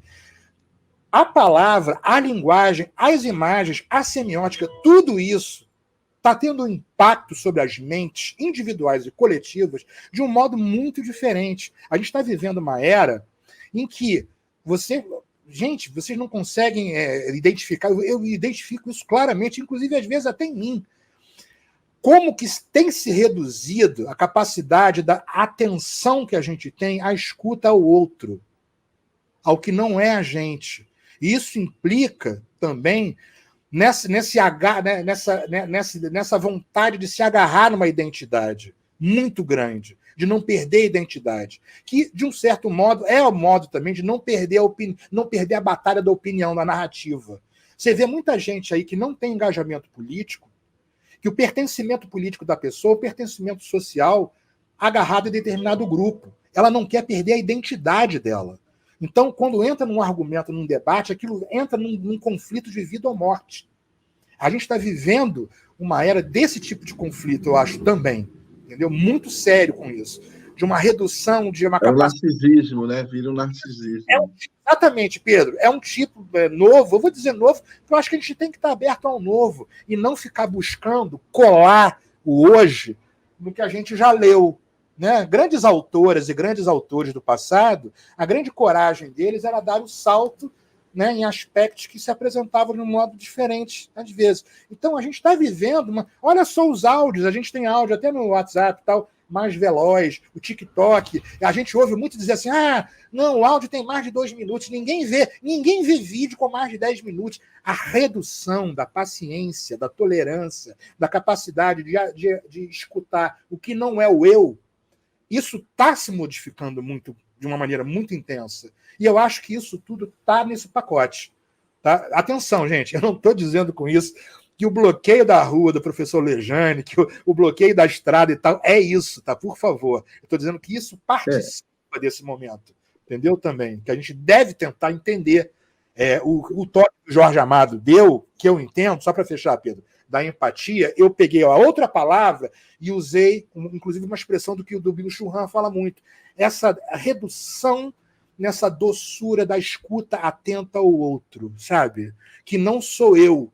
Isso está acabando. E isso pega no que a colega falou aqui, que é na estrutura racista, na estrutura colonial nossa, que é a incapacidade absoluta, a ausência total de ceder os privilégios, que é o que a gente viu quando os governos de Lula, né, proporcionaram uma melhoria de vida a uma camada significativa da população, e muita gente começou, inclusive das empregadas domésticas, de direitos, na era de Dilma.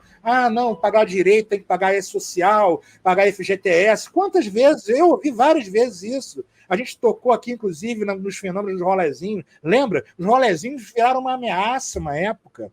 A gente ouvia rolezinho, era uma ameaça. Um grupo de jovens... Uma afronta, né? Como que esses jovens podem entrar num espaço restrito do shopping? Eles vão roubar. Gente, isso é uma bandeira da mais pura mesquinharia, do medo da perda dos privilégios, do lugar dos espaços na cidade também. E que marca muito da nossa cultura, da nossa sociedade, como ela é estruturada, entendeu? Era isso só. Desculpa, aí me alonguei um pouco. Não se alongou. Isso é muito importante. Posso só ler aqui dois comentários e jogar para você, Pedro? Que tem até um comentário para você. Olha, o Júlio escreveu lá atrás também uma coisa que é homeschool, home office, vivemos cada dia mais a presença das ausências. Achei muito interessante essa frase, presença das ausências, né? Não sabemos quem são os chefes, nem os colegas, trocamos o espaço coletivo pelo espelho virtual, e eu incluo aí as relações amorosas, que hoje em dia ficam muito mais no universo virtual do que no universo real, porque o virtual não é perigoso, entre aspas, né? No sentido de você ter que se defrontar com aquilo que é mais profundo dentro de você, né? E também teve um comentário do Connected Computer, que colocou aqui: Lula voltou para salvar o Brasil desse desgoverno genocida. E eu queria pegar essa questão, salvar o Brasil, porque o Lula sozinho não vai salvar o Brasil. O Lula ganhou essa eleição. Isso a gente tem que dizer, que se fosse outro político, nós não teríamos ganhado essa eleição, não teria sido ganha e estaríamos realmente no caminho de virar o Irã, eu acho.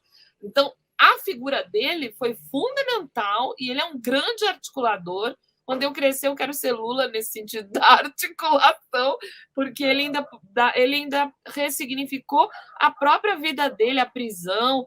Quer dizer, ele voltou uma pessoa melhor. Agora, o Lula em si não vai nos salvar dessa configuração toda. Quer dizer, nós vamos ter que... Acho que essa live procura fazer reflexões para entender essas circunstâncias nas quais a gente está e que nos colocaram aí nesse lugar de fascismo, né, que somamos aí todas essas coisas que a gente está falando, mas existe um campo fértil entre nós aqui para que esse fascismo tenha se proliferado a ponto de termos células nazistas no Brasil, né? É o segundo país, é o primeiro país depois da Alemanha que tem mais células nazistas, como o Lúcio comentou no começo. Então, esse lugar de passividade que a gente tem que deixar de ocupar, né? E aí, a Elizabeth Continho comentou aqui, Pedro, aí você pode dar uma comentada? Maquínica psíquica. Burla mais esses conceitos aí, Pedro Paulo. A Elizabeth gosta muito de você. Ela está sempre comentando. Então, se você puder falar um pouco, para juntar tudo que eu falei aí. É uma construção coletiva em ato, quando todo mundo aqui, por exemplo, nessa live, está pensando sobre os problemas do Brasil. Essa construção coletiva em ato quer juntar, criar e perceber onde nós estamos não numa reatividade e não com medo, onde nós estamos criando, essa força de criação que está em jogo, né? Por isso a gente está pensando a revolução molecular, que tem a ver com o desejo, com um desejo que não é o meu desejo, preso a uma individualidade, a minha consciência, mas é quando o eu já precisa viver uma potência de coletividade, de construção no nós, não é o eu, é o nós. Mas esse nós não reduz tudo a uma espécie de imposição do nós contra o eu, é para além da dialética do eu, do nós, né? Então, qual é a potência dos corpos? Dos corpos que se misturam, que produzem paixões, né? E constituem comuns e comuns, não um comum que tem uma imagem pronta, né? De um, não é o um, é a multiplicidade.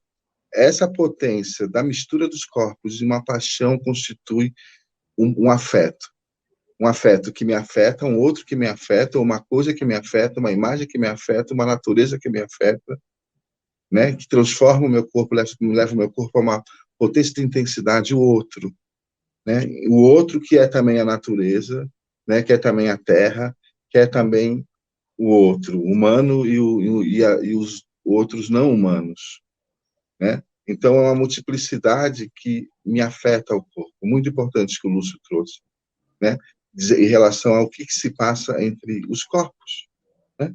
Aí a gente tem uma intimidade, né? E o problema é que nós estamos sendo capturados e forçados a reproduzir uma performaticidade, uma teatralidade, fruto de uma massificação política, fruto de uma guerra montada, uma guerra semiótica, que nos prende a espécie de papéis já prontos. Então, aí é uma espécie de psicologia que a gente acaba reproduzindo, não de forma ideológica, mas de forma maquínica. Por que é maquínico? Porque não é uma subjetividade, não é só uma crença, não é uma pessoalidade. é uma conexão, é uma forma de subjetividade já dura, axiomática, artificial. Eu reproduzo comandos exteriores em que o meu eu ele não é o reflexo do meu eu, mas é uma máscara para um corpo, né? Uma captura do corpo. O corpo já é sobrecodificado, né? Em uma espécie de reprodução de uma lógica da violência. São comandos rápidos, né? São descargas de informação. E você, então, tem que reproduzir aquele personagem no teatro da guerra cultural. Né? O outro vai estar tão duro, quanto mais o outro estiver duro no seu personagem, mais nós vamos ser lançados de maneira dura aos nossos personagens, porque exatamente o outro personagem são opositores, é o oposto da amizade e da apatia, são inimigos, opositores, eu quero eliminar. Né? É o comunista, é louco, é feminista. Então, é uma operação psíquica, que não é só também... o que o bolsonarismo faz, que eu acho que esse termo tem que ser bem revisto, responde a uma tática maior, de uma produção de subjetividade do mais perverso dos capitalismos, de uma onda neo-reacionária, né? Que é muito mais forte, e ela surge no momento que a esquerda, os projetos antigos da esquerda tinham caído. Olha o que acontece com os projetos latino-americanos da esquerda. Para onde que eles foram? Porque, exatamente, não tiveram um perspectivismo de criação, preso ao passado ainda, né? Ao velho passado, né? O velho retorno ao velho passado que não existe mais. Então, cria uma espécie de romantismo, né? Ultrafuturista, de um retorno que nunca vai voltar. E não se cria o novo, porque nós estamos problemas colapsados. Não há um retorno possível, porque é uma neo-reação, uma operação do capitalismo que tem a ver, como o Walter Benjamin vai dizer, a técnica de violência, a técnica fascista, quando a técnica de guerra perde o controle e produz uma tal subjetivação e modulações cósmicas, e modulações, nós estamos falando do quê? Das multinacionais, do Twitter. Nós estamos falando do quê? De uma grande fábrica de subjetivação de violência, multiplicada a bilhões, bilhões, que gera bilhões de lucros. É uma máquina de guerra do fascismo. Mas, ao mesmo tempo, é o ponto. Essa máquina de guerra, aí trago essa imagem do corpo em relação à atenção e o corpo sem órgãos.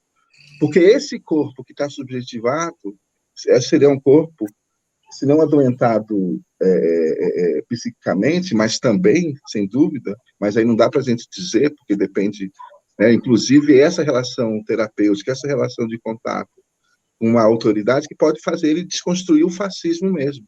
Mas é maquínico por quê? Porque é uma operação de lucro, é uma operação de repetição, é uma operação performática em que eu sou sempre o mesmo personagem. Eu defendo o presidente, eu defendo o robô, eu defendo o pneu, eu defendo os alienígenas, que vão socorrer a gente do demônio, que é o Lula. Nós na guerra... Olha o Lúcio!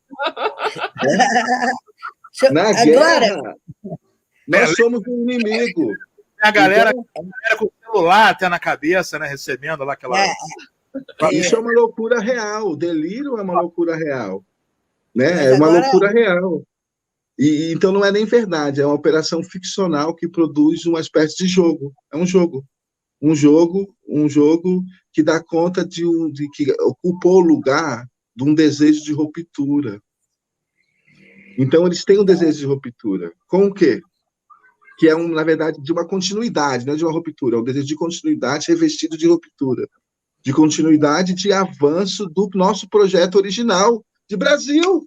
Vamos continuar a escravidão, vamos continuar a destruição do povo. É o projeto original, bem-vindo. A eterna continuidade. Aí, olha aqui que coisa lindinha aqui também. Ó. Quer ver? Que está falando aqui o maravilhoso Felix. Não se trata de uma mera questão de orientação ideológica ou estratégica por parte do capitalismo, mas de um processo material fundamental. É pelo fato de as sociedades industriais funcionarem a partir das máquinas semióticas, que a semiótica é justamente uma máquina que produz símbolos. Ela produz símbolos, valores, ideais de vida. Isso é que são as máquinas semióticas. E sentido. sentido. Sentido. E sentido, exatamente. Então, que decodificam, ou seja, o sentido que tinha antes não tem mais. Cada vez mais todas as realidades, todas as territorialidades anteriores. É pelo fato de as máquinas técnicas e sistemas econômicos serem cada vez mais desterritorializados, quer dizer, que o afeto, a humanidade desaparece, que estão em condições de liberar fluxos de desejo cada vez maiores, ou mais exatamente é pelo fato do seu modo de produção ser forçado a operar essa liberação, que as formas de repressão também são levadas a se molecularizarem. Entende? Porque na medida em que você não tem mais as relações com afeto, para onde vai esse afeto? Entende? Essa desterritorialização, ela implica num esvaziamento progressivo da humanidade, de uma coisa que seria humana, uma coisa que seria de sensibilidade artística. Então, uma simples repressão maciça, global, cega, não é mais suficiente. O capitalismo é obrigado a construir e impor seus próprios modelos de desejo, e é essencial para a sua sobrevivência que consiga fazer com que as massas que ele explora, bem disse Valéria, explora, os interiorize. Convém atribuir a cada um uma infância, uma posição social, uma relação com o corpo, com o saber, uma representação do amor, da honestidade, da morte. Tudo isso virando modelar um certo tipo de indivíduo. Que indivíduo é esse? Produtor-consumidor. Eu acho interessante. Exatamente. Voltamos ao uso, né? O uso da exploração máxima, né? Porque quando desterritorializa, Valéria, por exemplo, quando fala assim que é contra a família tradicional, e que eles estão falando desse lance, não estão? Tá bom, e como é que seria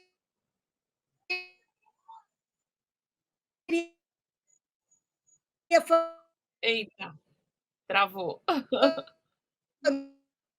Ô, Mônica, travou de novo. Travou. Eu queria fazer uma observação, Pode posso? fazer, pode, claro, Lúcio. Depois eu leio aqui umas coisinhas que eu quero comentar. A Marina Conceição botou aqui assim: pela primeira vez na história, um povo vai às ruas para um presidente ficar. Mito! Marina, eu diria isso pela primeira vez na história, aqui no Brasil, um presidente não é reeleito nas urnas. Então, acho que tem que aturar. Foi o Lula eleito, né? Tem que aguentar. Daqui a 4 anos, tenta de novo. Falou? E a gente sofreu muito em 2018, porque a gente sabia que ia ser um caos, entendeu? E ninguém foi lá questionar a eleição. Todos nós acatamos o resultado da eleição, apesar dele ser absolutamente devastador para nós, entendeu? E ficamos lá, entendeu? Então, acho que assim, as pessoas precisam também rever. Eu queria só colocar aqui alguns comentários, né? A Valéria da Alegrave, que está sempre aqui com a gente, comentou: me pergunto por que o mundo inteiro aceita a manipulação dos donos dos algoritmos. Então, eu não sei como é que a gente conseguiria inverter esses valores, né? A gente está tentando. Eu acho que um caminho, Lúcio, depois pode me dizer, a Mônica também, o Pedro. Eu acho que um caminho para você subverter uma situação é você primeiro entender, nomear essa situação, né? A gente entender a manipulação.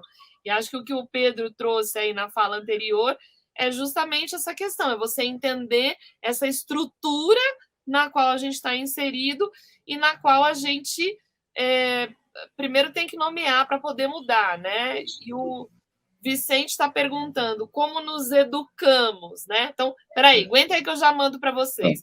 Deixa eu só ler mais uma coisa aqui. A Sara mandou um beijão aqui para a gente. Sara, um beijão para você. Você volte aqui em breve. Só esclarecendo a moça política, essa live, se você não viu o comentário, provavelmente é do Facebook, tá? Eu consigo ver os comentários das duas plataformas. Talvez você não consiga ver a do Facebook. O Ricardo tinha feito uma pergunta para a Mônica, mas eu vou jogar aqui, né? Depois a gente coloca para ela também. Gostaria de ouvir a Mônica falar se existe uma possibilidade cruel da captura dos que vivem em vulnerabilidade psíquica de se tornarem massa de manobra nessa performance perversa da extrema-direita. Eu acho que é isso que já está acontecendo, né? Eu acho que isso já está acontecendo. Isso já está acontecendo. Então, vou passar então para você, Lúcio, dar uma comentada nisso, depois o Pedro comenta. Vai lá, Lúcio. Bem rapidinho, a colocação que o colega fez agora, eu perdi o nome, mas... É o Ricardo. Ricardo. Olha, creio que isso já está acontecendo. A gente, inclusive, falou, né, gente, no início, um pouco sobre isso, do perigo de algumas pessoas se sentirem, assim, impelidas, né, e motivadas a patologizar o que está ocorrendo, entendeu? Porque tem muita gente que está realmente sofrendo harmonicamente diante de tudo isso que está acontecendo. Isso é um fato. Outra coisa que eu encaixo nisso, para ficar bem breve, que a gente já avançou bastante aqui, é que alguém tinha comentado da questão dos algoritmos, que está ligado a isso. Ou seja, essa enxurrada de informação e desinformação, e essa lógica algorítmica, né, que empurra determinados conteúdos, né, quase que obrigando a pessoa a consumir algo que vai intoxicar ela. Gente, atenção com um detalhe, com uma leitura sobre isso. Os algoritmos, ou seja, as receitas que são feitas por uma plataforma, como, por exemplo, o YouTube, né? Eles constroem um receituário algorítmico X para consumidores de conteúdo, produtores de conteúdo, que vão aqui e tal, e vão direcionar. Essa é a parte técnica.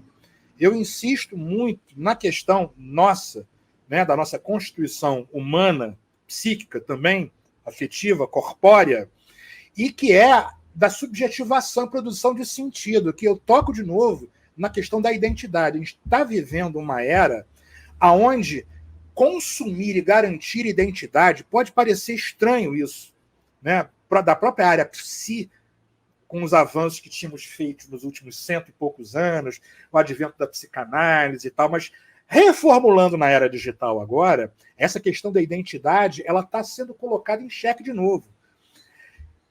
Tem gente que, ao fazer um enfrentamento, um fechamento em bolhas, né, que a gente chama de uma realidade paralela, que a gente chama de defesa de narrativas, né, está muito em uso essa expressão. Essas pessoas elas estão se agarrando na possibilidade de não perder sua identidade. Eu já percebi isso muitas vezes. E se agarrar em uma identidade que para elas é cara. E a rede, a grande rede, ela traz isso de novo. Ela traz o perfil, ela traz uma massa que não tem aquela uniformidade de rua corpórea e que é toda fragmentada na rede, que são os enxames, que são uma categoria que é trabalhada por muita gente, a de enxame digital, que faz esses ataques e sai, né, e se dissolve depois volta novamente, faz ataque e sai. São os enxames escondidos por trás de perfil. Quem é que tinha perfil? Até um tempo atrás a gente usava perfil. Perfil é uma parte, né? É uma coisa, inclusive, de fichamento criminal, né? O perfil da pessoa, aí aparece a foto de lado e tal. Então, a gente está nesse momento de um salto de entender. Gente, olha só, eu estou falando do lugar de quem está buscando entender. Eu não estou aqui propondo que essa é uma resposta cabal, mas o perfil e a identidade, eles estão fazendo parte agora desse campo de luta e de disputa. Mais do que algoritmo, do que propriamente a pós-verdade e tal. Identidade. Eu conheço pessoas que a gente define em bate-papos, né? São extrema-direita, bolsonaristas, que essas pessoas elas estão agarradas a núcleos de pertencimento social. Ela tem o núcleo da motoca, ela não faz nada. Política para ela é nada, não liga para nada, quer que se dane, ela tem a vida dela, não quer perder os privilégios, mas tem o grupo da moto.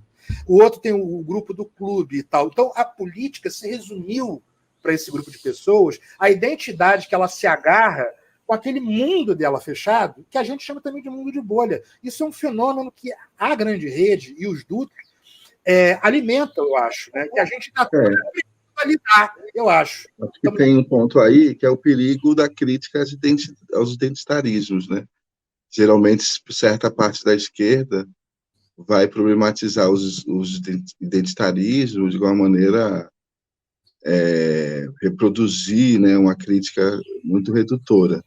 Tem essa questão também, né, que vem junto com uma tendência de estigmatizar os processos que não reproduzem o mesmo modo, também muito identitários das lutas clássicas do campo da esquerda. Tem essa questão. Eu diria que é esquizo mais do que uma identidade.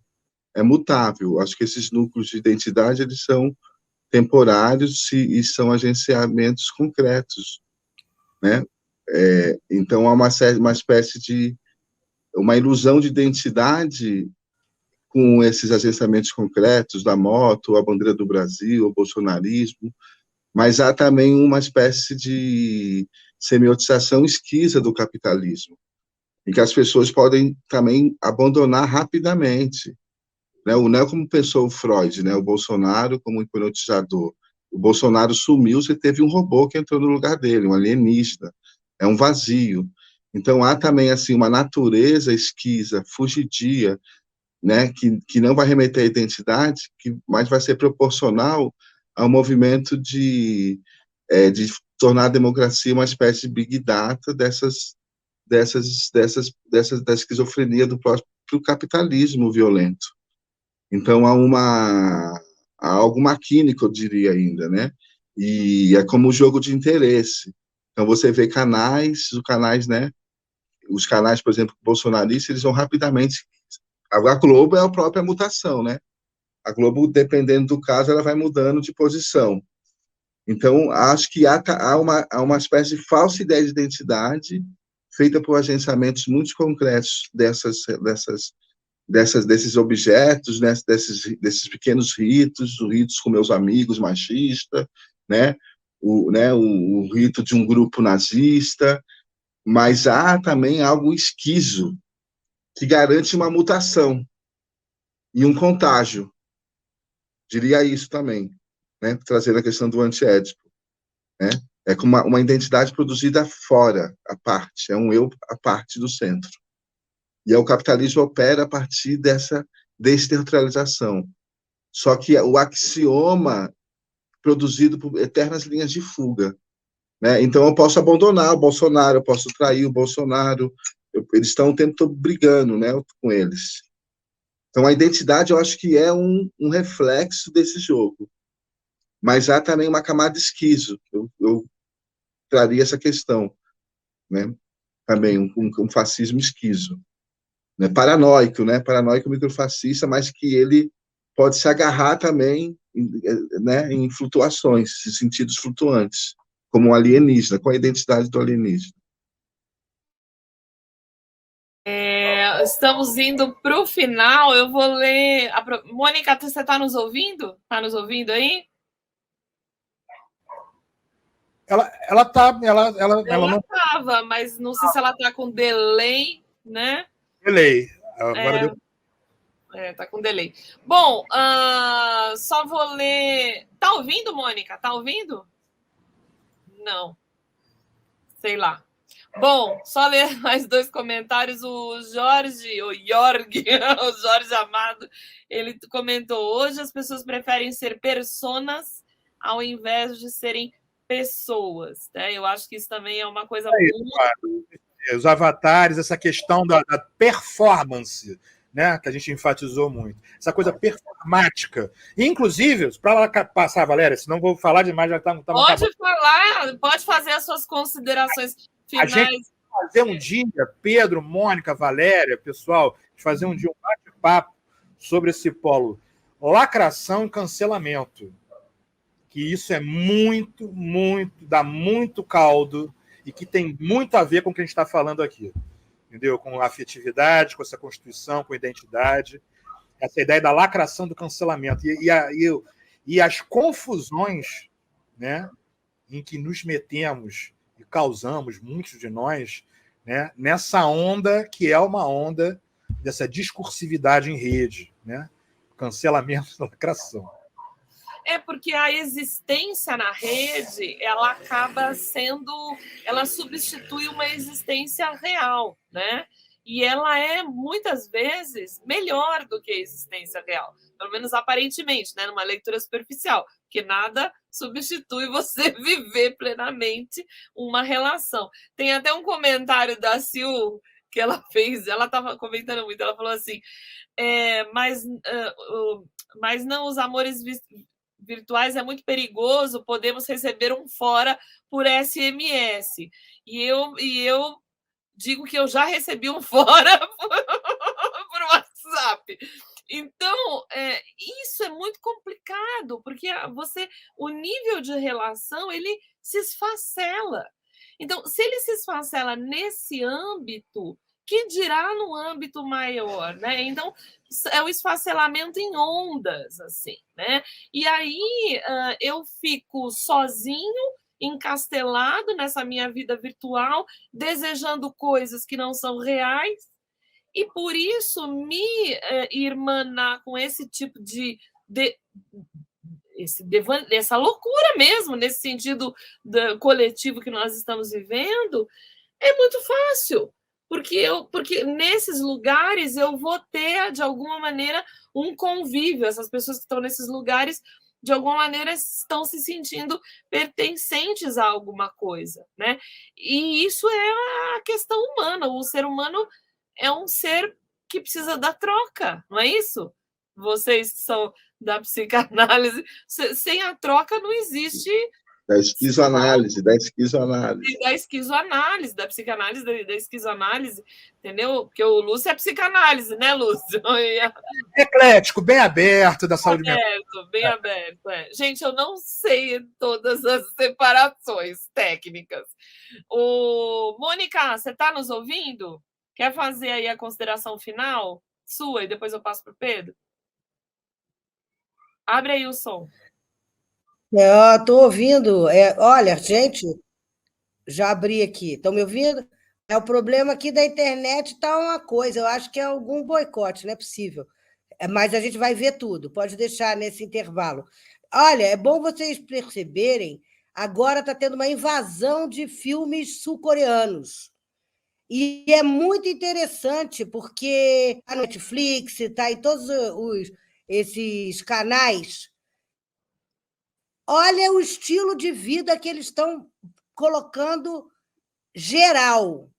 Então, os sul-coreanos estão assim com uma produção cinematográfica indescritível. E olha bem o tipo de vida, mostrando que é a vida deles, quer dizer, estão inventando personagens, inventando modos de vida. Então, olha, eu quero agradecer muito Pedro, Valéria, professor Lúcio com a gente, muito obrigada. Desculpem esse problema aqui, nós vamos descobrir o que está acontecendo aqui. E até janeiro, né, Valéria? Você vai dizer que nós vamos dar uma interrompida, né? Isso, vamos dar uma pequena pausa. Até janeiro, até dia 14 de janeiro a gente volta. Volta com uma super live aí. Fala, Lúcio. Rapidinho, eu já falei a consideração final, é só um convite bem rápido para o pessoal todo mundo aqui, né? Quem tiver um tempo e se interessar, é claro, há poucos dias atrás, a gente fez uma live lá no portal Fio do Tempo, que é o meu canal, eu, Leonardo Stoppa e o professor Maged El-Jebal, é um professor egípcio de língua portuguesa que dá aula no Egito, e eu recomendo muito que o pessoal que se interessa por guerras híbridas, revoluções coloridas assista, porque o Maged, ele pôde trazer para a gente o porquê que a tal da Revolução Colorida lá do Egito, ela não é golpe. A diferença entre uma revolta e um golpe usando redes. E foi muito legal poder cotejar, poder pensar isso junto com o Stoppa, que trabalha muito legal isso. Então é só isso, para convidar quem quiser dar uma olhada, tá lá a live lá no portal, tá bom? Excelente. Pedro. Quero agradecer a Valéria, né, por ter topado a gente fazer essa aventura esquizoanalítica, a Mônica, né? Essa parceria com a Mônica é muito importante nesse movimento de pensar esquizoanálise nesse momento no Brasil, né? Todos os convidados que estiveram com a gente, todos os convidados que estão no comitê, todos os participantes do comitê que não puderam vir, né? E todo mundo está compondo esse movimento, né? De criação de uma pluriversidade livre. É uma construção coletiva. Essas lives são registros desses pensamentos em ato, porque nós não ficamos só dentro da nossa bolha, pensamos uma multiplicidade de participantes, tentando, né, recortar, cartografar diferentes entradas, perspectivas, né, dentro desse mundo, dessa atualidade emaranhada que vivemos no Brasil. Então, é um processo vivo, é um movimento, né, a ideia de gerar movimentos, de movimentar movimentos. Estamos no início, né, agora atravessando, derrotando o fascismo nas eleições, né, ainda não sabemos o que vai acontecer. Eu não tenho uma visão muito nem esperançosa, nem medrosa, né, mas o que me leva a um movimento de desejo é a potência coletiva, conectiva. Então, procurem um Comitê Zero com K, Comitê Zero, escrevam para a gente, vamos criar essa rede de redes, eu tenho falado isso com o Lúcio, com a Mônica, desejamos fazer congressos públicos que sejam bem popularizados na internet, né, produzir essa escuta coletiva, gerar esses documentos, né, esses textos, esses relatos, né, e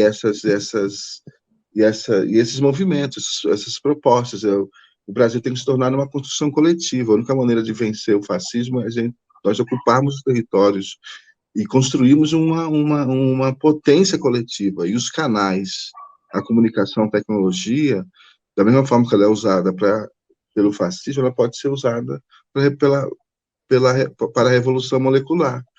Então, há uma estratégia nova de comunicação que nós precisamos pensar nesse congresso, que nós queremos fazer, né, pelo Comitê Zero, né, e todas as parcerias que nós podemos trazer, mas que usar os canais os canais progressistas que estão numa frente de resistência contra o fascismo, para nós também inventarmos formas de comunicação participativa, né? Então, poderia ter uma aliança, né, que já existe, né, mas ampliar a aliança entre movimentos, experimentos, grupos, e a potência que esses canais progressistas têm na internet, como a TV 247.